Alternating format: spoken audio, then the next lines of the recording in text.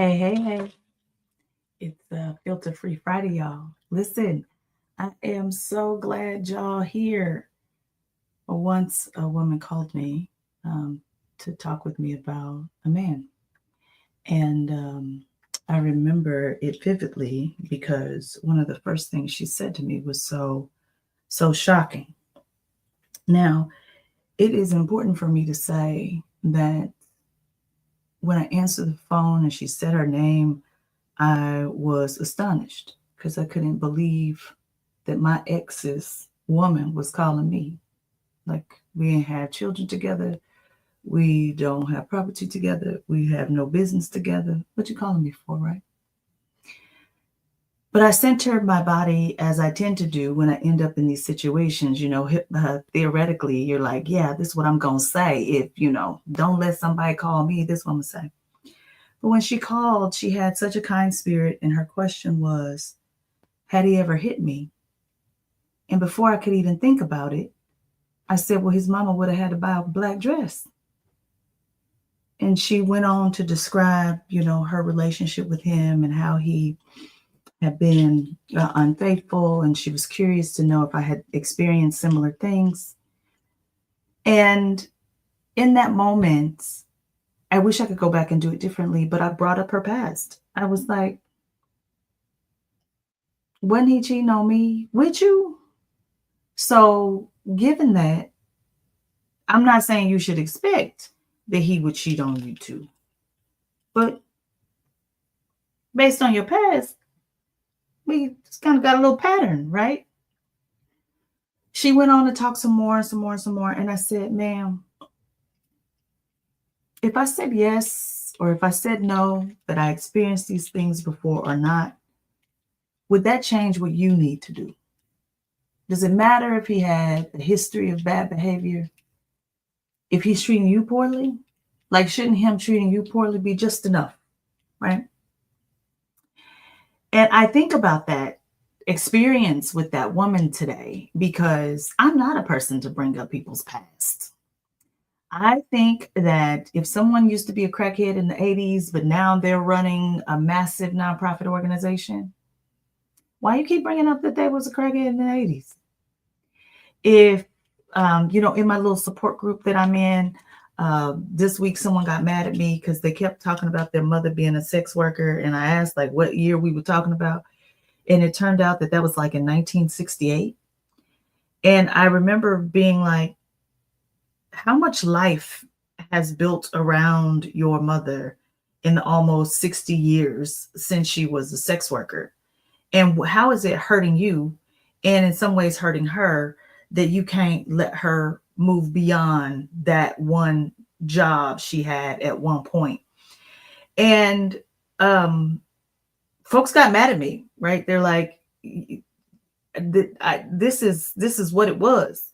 And so in general, I'm just calling out that I don't like to look at people's past and like hold them to it today, especially when they have changed. Because if you go back 2 years, I'm a different Nicole as I get new inputs. The engineer in me, when you get new information, you shift. Like that's how it should be. But what we are experiencing now on a national level, I can't help but look at some past experiences here. And there's a story about a business owner here who, I guess he said that ICE had detained a third of his workers, but he supported for the administration that is leading this effort. And so in those instances, it's like, maybe it's not the best thing to do. Maybe it's not the most kind thing to do. Maybe it's not the most empathetic thing to do. But sometimes we have to take a look at people's past. And I just want to share with y'all this dude and what he basically saying about his decisions, his voting, how it's impacting him. So let's just take a look at it. And his name is Vincent. And y'all let me know what y'all think. Should we be bringing up his decisions here? Administration was going to focus solely on deporting criminals. It seems immigration officials, he says, are just trying to meet quotas now. 6 Nicaraguan men who on May 27th were detained along US 1 in Sugarloaf Key on their way to a job. Their immigration attorney says it should not have happened because 5 of the 6 have their paperwork in order with pending asylum cases. Vincent Scardina is the owner of the roofing company where they worked. He's owned it 37 years. You become their friends, just not an employer, but a friend. And you see what happens to their family. It's quite a shock. Given his support for the president, we asked what he would tell the commander-in-chief if he had a chance. What happened here? This situation is just totally, just blatantly not at all what they said it was. So, Yeah, and uh, right. Are Like, you okay? think about this. I think it's fascinating that this person is able to create a level of cognitive dissonance where he goes, "Well, what's happening today to my people today? This is terrible. This is not what they told us they were going to do." He said, "These people are my friends. It's horrible to look at what's going to happen to their families." And I am struggling because I don't like to go back and look at people's past. But is November 2024 the past? Or is that the present? Because I would argue that looking at the past is going back to 1973 when the man was discriminating against Black people, actually writing the letter C for colored on their applications, and then not allowing those people to apply for housing in the apartments that he owned. I would argue that that's going back to the past. That's over 50 years ago. That's going back to the past. But also, it is everything that has happened that he has done since then. And I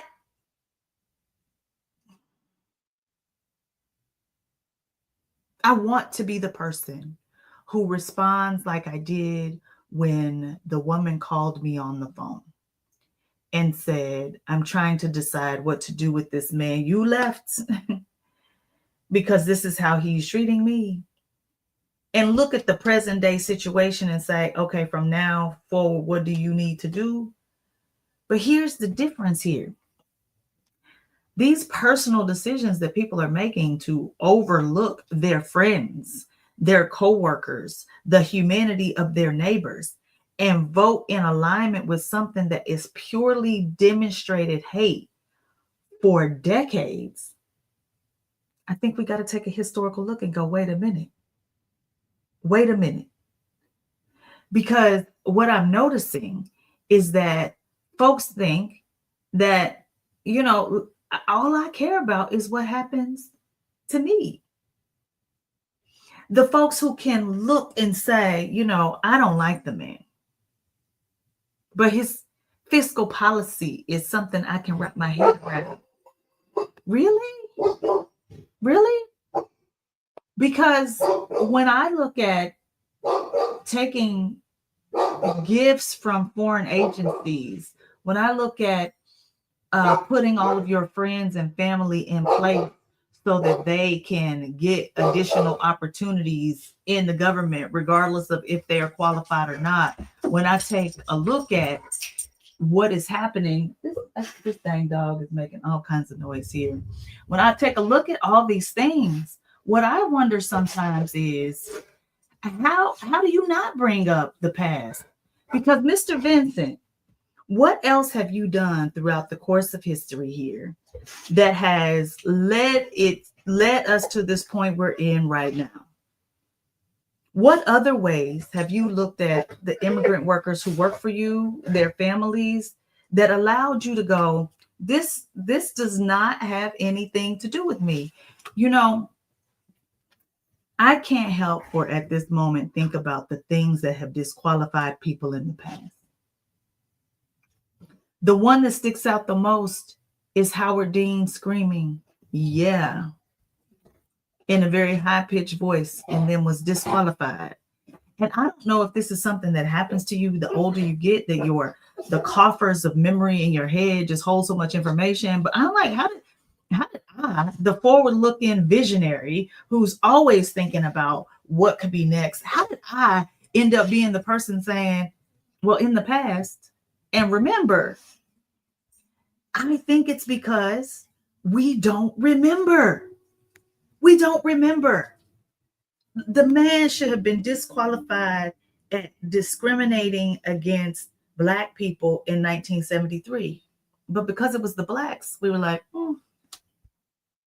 the man should have been disqualified. Let me not go back so far in the past, because I understand as U.S. citizens, we do not like the past. We don't like the past. We need to leave the past behind us. Let's just go back to 2016. Making fun of disabled reporters, saying things like, I remember when we used to take them out and ring them up. Grab them by the pussy? You say that in any organization anywhere in the United States of America and you were getting fired. You should have been disqualified. And yet, what do we do? The man is said to not be a reader. Now, I ain't judging anybody else for not reading, but the commander-in-chief needs to read. Won't read. Don't read. Some of y'all won't date people who won't read. But you like the fiscal policy, that's why you vote for them? I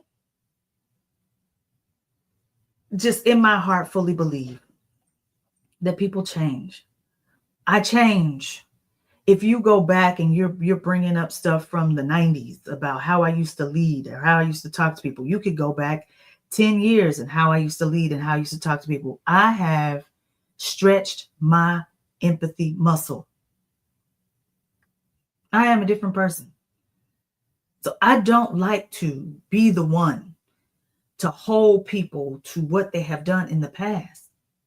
And Yvette, you are 100% right. That man knew about this pandemic months before it happened. November, we're all with our families for Thanksgiving. December, we're with our families for all the winter solstice holidays. New Year's Eve, we're all out celebrating. Here in Kansas City, the Kansas City Chiefs won the Super Bowl. Guess what we were doing? All in Miami. All in Miami. Just thousands and thousands of people sharing food and drink, just super spreader events. He said nothing. The entire globe shut down. Meanwhile, if you go back to Barack Obama's presidency and Ebola happened, they were tracing people, stopping people to keep the deaths at a really low number and to keep us from having the kind of pandemic that was in front. The man firing people indiscriminately, like just.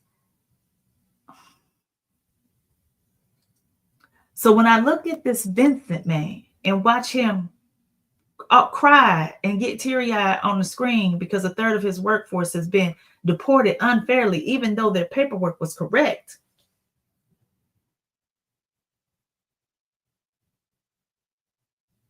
I want to say, Vincent, look at where you are right now. What new decision do you need to make from the present? Let's go forward. Because there's something every day that we can start at the present and go forward. But what is so astonishing to me is the unmitigated gall that would cause a woman to call me after she cheated with my man.